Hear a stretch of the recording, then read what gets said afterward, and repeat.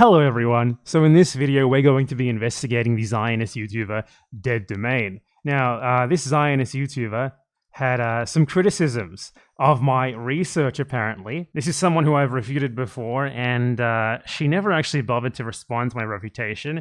She just acted like it didn't exist, but she is certainly very confident that I apparently have bad research skills.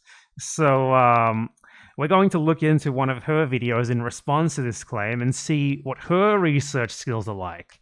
So this is a video that she made in February 2024, 5 months into the Gaza Genocide. She chose to make a video about the history of anti-Semitism and how it affects us today, and it's 3 hours long. Basically, this video is like a scaremongering video about how anti-Semitism is this primordial, always existing, extremely high priority type of hatred that everyone must always be thinking about and always be vigilant for, is essentially the Jewish exceptionalist / supremacist narrative as it tends to manifest in the West. That is stuff like the Holocaust is super special, always super special to think about. Anti-Semitism, you must always be super hyper vigilant for anti-Semitism. You must always be thinking about it because there's just something super special about it that makes it always a high priority, even when there's practically zero evidence to warrant that sort of thought. And, you have to wonder why someone would make a video like this so soon into the Gaza Genocide, right?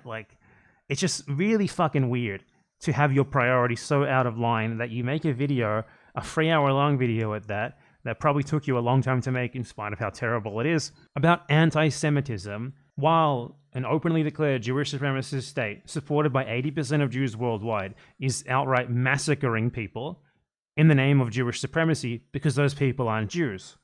You have to wonder, why would someone make a 3 hour long video trying to frame Jews as innate victims unless they're aiming for some sort of roundabout justification? The timing is just very weird.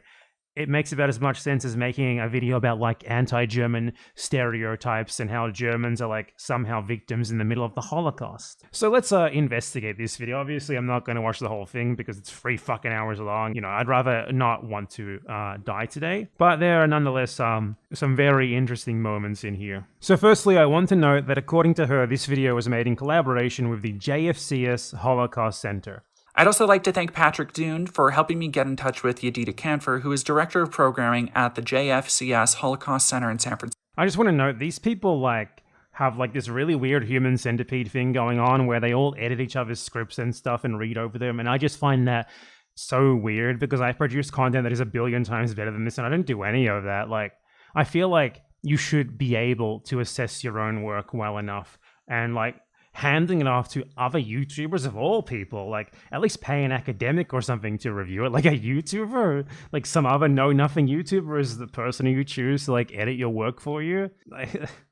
This person, by the way, she was one of the script readers on the horrible Jesse Gender video where it was claimed that, for example, if you boycott someone who was in the IDF, you're anti-Semitic. It frames Israel as the utmost evil, or at the very least coded as enemy, specifically because America supports them, simplifying the complex interweaving of history, colonialism, capitalism, persecution, etc. that we've been discussing throughout this essay. This also leads some people to assume that anybody who lives in Israel is automatically a Zionist. There have been examples of leftist groups seeking to ban Israeli Jews from events simply due to their service within the IDF, something that is required for all Israeli citizens living in Israel, regardless of whether they believe in Israel's military mission or not. To then target these Israelis for being in the IDF is just indiscriminately targeting Israeli Jews rather than checking out what they actually believe or are fighting for currently, which many Jews then experience as anti-Semitism. So that's just an example of the sort of circle that she runs in. But as I was saying about the JFCS Holocaust Center, Cisco, and of course I want to thank Yedida for Aylin Altman, Jem, and fellow content creator Lady Knight the Brave. I'd also like to thank Patrick Dune for helping me get in touch with Yedida Canfer, who is Director of Programming at the JFCS Holocaust Center in San Francisco.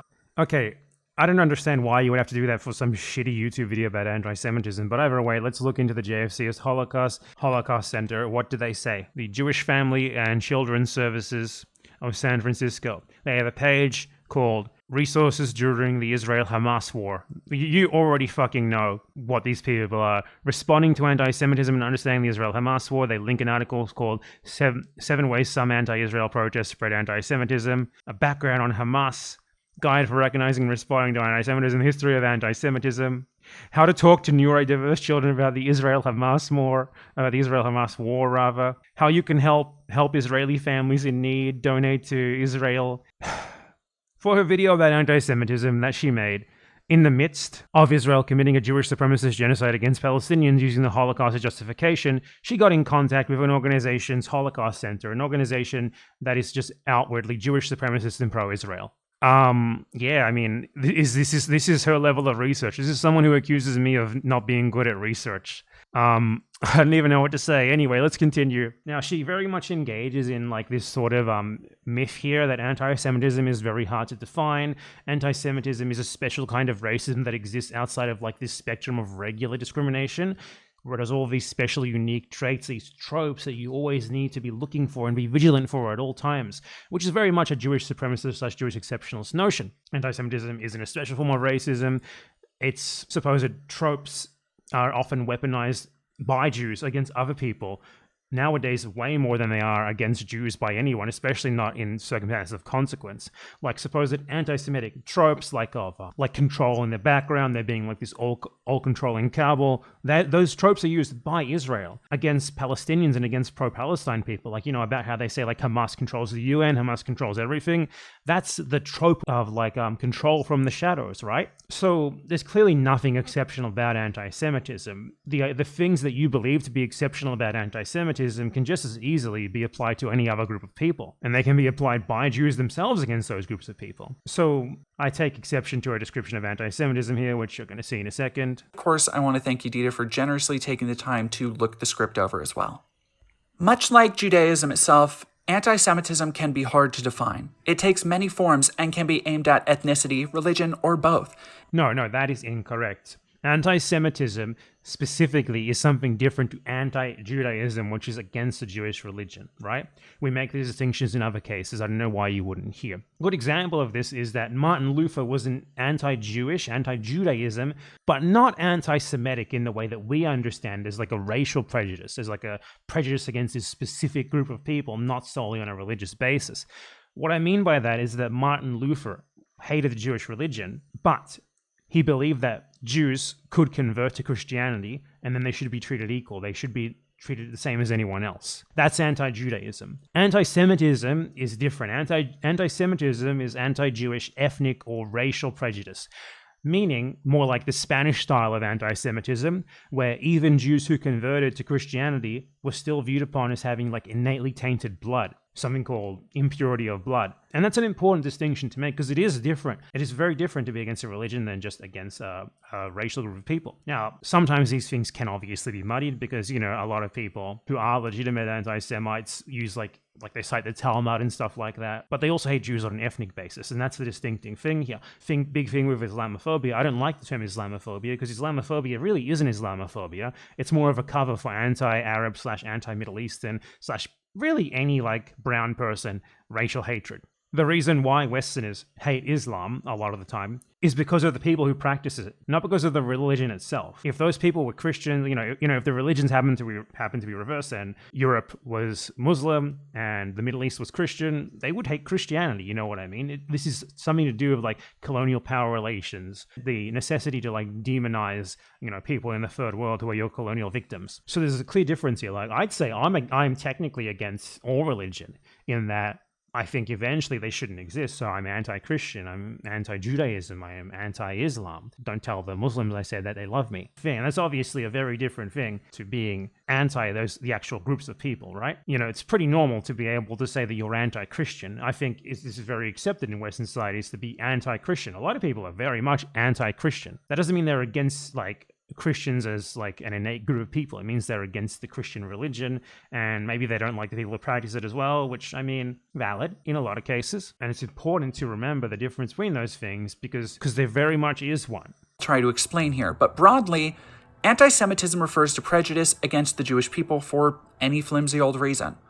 I want to say right here that there is a delineation to be drawn between anti-Semitism and critique of the Israeli government. While you absolutely can, and in my opinion should, criticize Israel for the inhumane treatment of Palestinians, especially those in Gaza right now, I'm glad I have your permission. I'm really glad. Thank you for your permission. has become in vogue for that criticism to come from anti-Semites using the current social relevance of Palestinian suffering. Oh, man. You know where this is going. This is what she chose to focus on, while Jewish supremacist Jews were massacring Palestinians.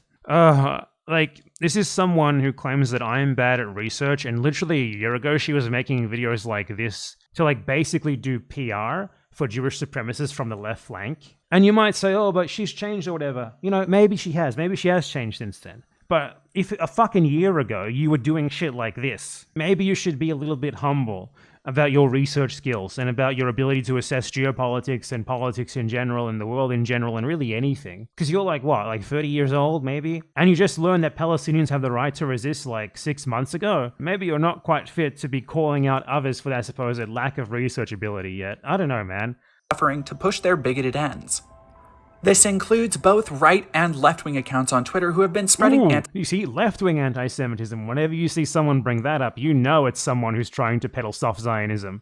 Anti-Semitic conspiracies often attached to what seem like reasonable condemnation of Israel's military action against a civilian populace.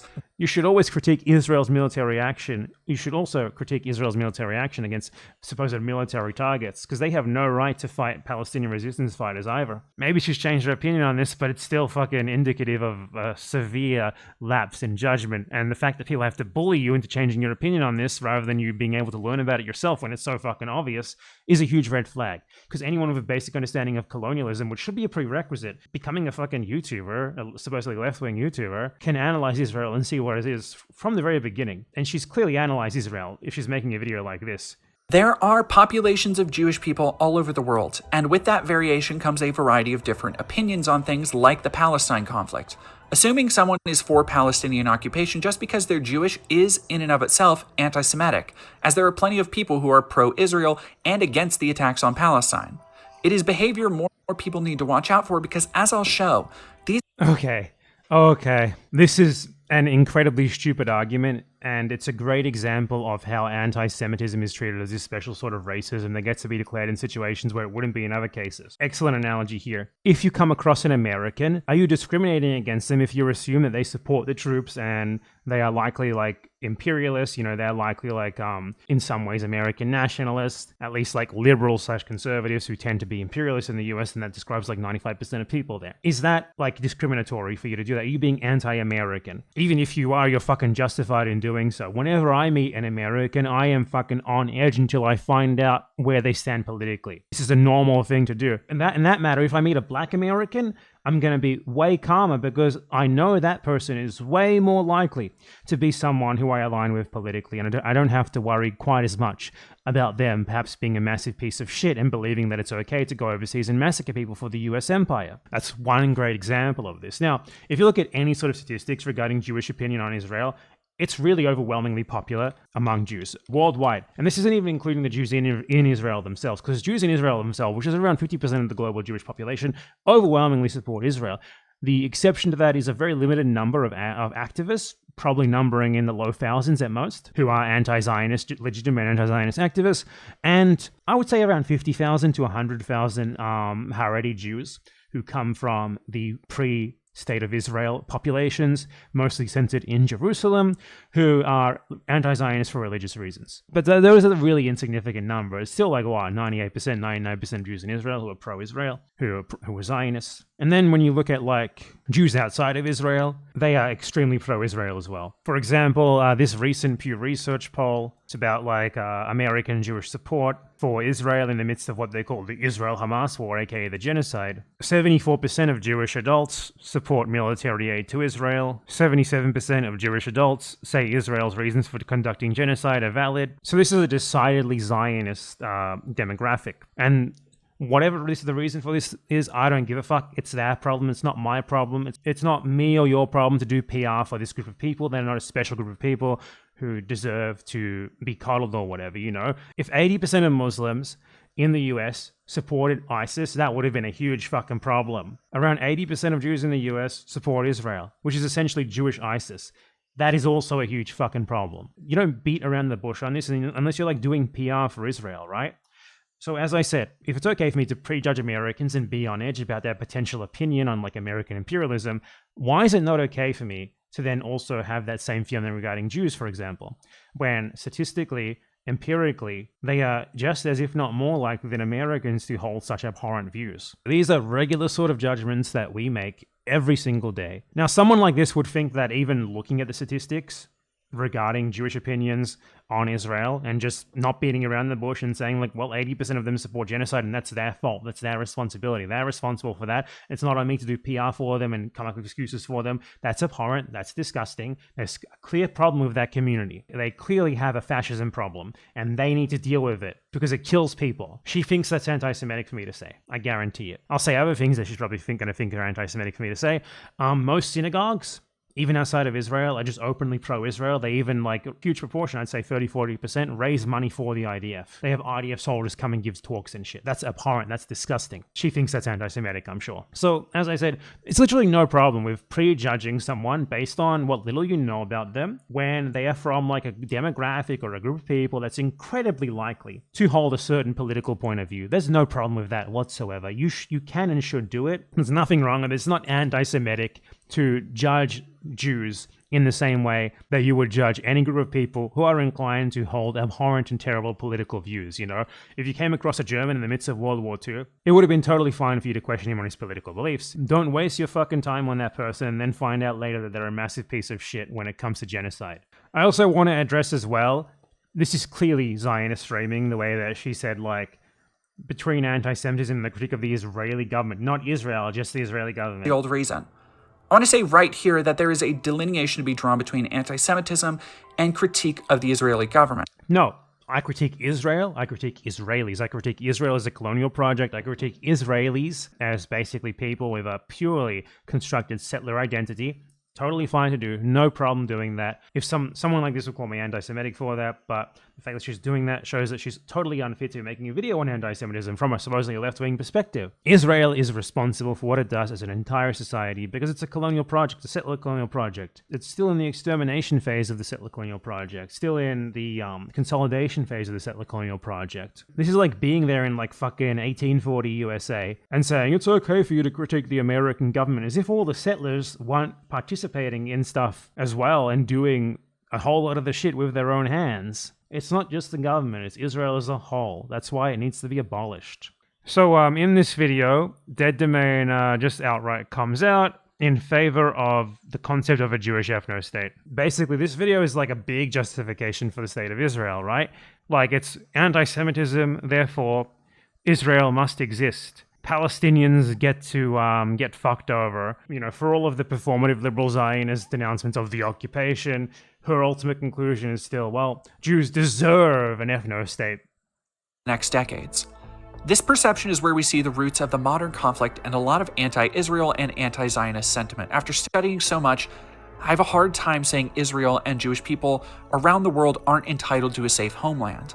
But the way the current Israeli government has gone about it in decades since, with a reckless disregard for the people who were living there for thousands of years, kicking them off of their own land and homes This is just the liberal Zionist position. She thinks Israel is good and should exist because Jews are special. They get to do ethno-nationalism because of the Holocaust. However, they just need to be better about it. They need to reform.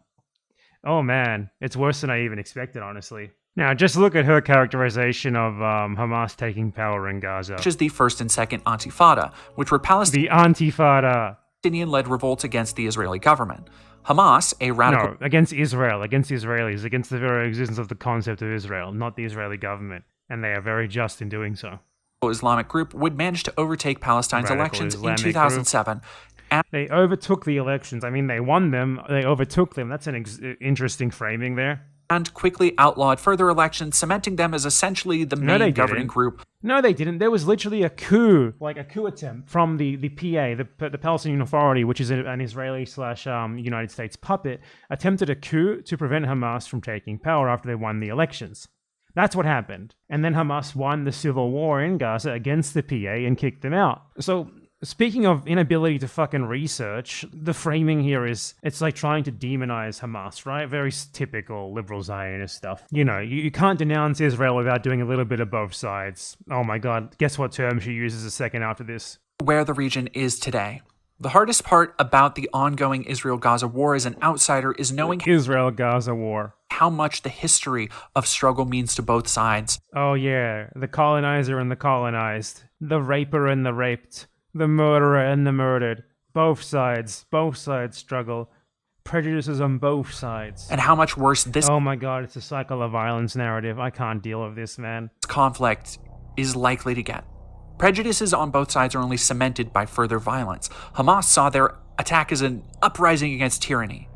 It was an anti-colonial uprising, which it factually was, against frontier colonial settlements with attached military bases and a highly militarized population, specifically who lived there in order to help keep the Palestinians in Gaza, who were ethnically cleansed from Palestine and forced into Gaza, confined there. It's easy as an outsider to say they're terrorists. I mean, how is murdering and You think that? kidnapping women and children a cry for help or freedom? Didn't happen.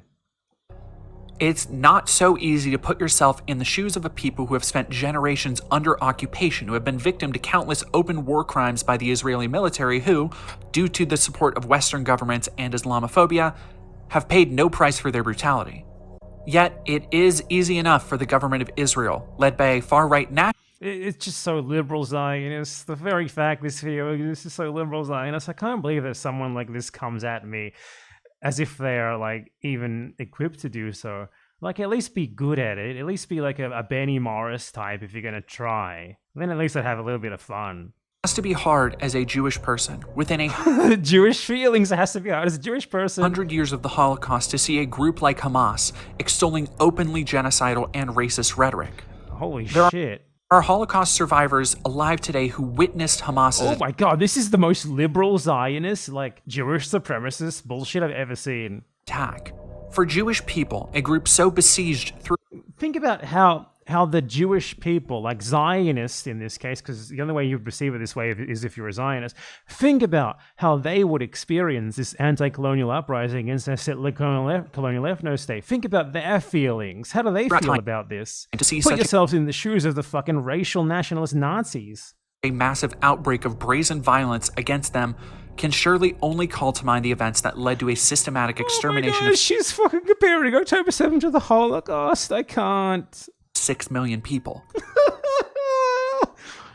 Why are all my opponents like this? Why are none of them worthy? My only worthy opponent is Chapel Trap House. I just finally got on their bad side. I can't wait for them to come at me so that we can have a little war. That'd be fun. Israel's government is currently far right. Despite what their propaganda Israel is always far right. You can't have an ethno state and not be far right. claims, Netanyahu's government is not a safe haven for diversity, but an aspirational ethno state. An aspirational ethno state? It's the very concept of Israel is an ethno state. What the fuck are you talking about? Israel was founded with a mass expulsion of non-Jews for not being Jews. What the fuck are you talking about? One that unifies its military and police under the teachings that Palestinians are subhuman. Yeah, that's all. That's just Israel. It's not Netanyahu. You're just And one describing Israel. led by a man who has designs to take all of Palestine's territory back. By people I've spoken to who live in Israel, Netanyahu is seen as a power-hungry political chameleon who will Bullfucking shit. Netanyahu has been voted in like 10 times. Give me a break. They love him. And those who are against him, they aren't against him because they don't like what he does to Palestinians. They're against him because, like, for domestic policy reasons, like themselves, right? It's like an intersettler conflict. It's like talking about the difference between, like, fucking Abraham Lincoln and whoever his opponent was, okay? I don't even know who. Who cares? At the end of the day, they're all settlers anyway. They still want to kill the natives. They just might disagree on like a tax code or a judicial reform or something. It's not the same. Oh my god. Listen to this one. This means that although Israel can and should remain a homeland for Jews, it must not be as the 2019 nation-state law declares. Oh, Israel can and should be a homeland for Jews. This is the person who thinks I'm not good at research and that like I have reprehensible views. She is a Jewish ethno-nationalist, and she's just trying to offload it all into Netanyahu. And you can tell she wanted to make a video about the Gaza Genocide. That's why like half the video is dedicated to like saying Netanyahu is bad, right? But she didn't want to make a video about the Gaza genocide because she's sympathetic to Israel and she's like a philo-Semite, a Jewish exceptionalist / Jewish supremacist. So instead, in the midst of a genocide of Palestinians by Jewish supremacists, she makes a video about the history of anti-Semitism. Worst fucking timing you could ever possibly make a video like this.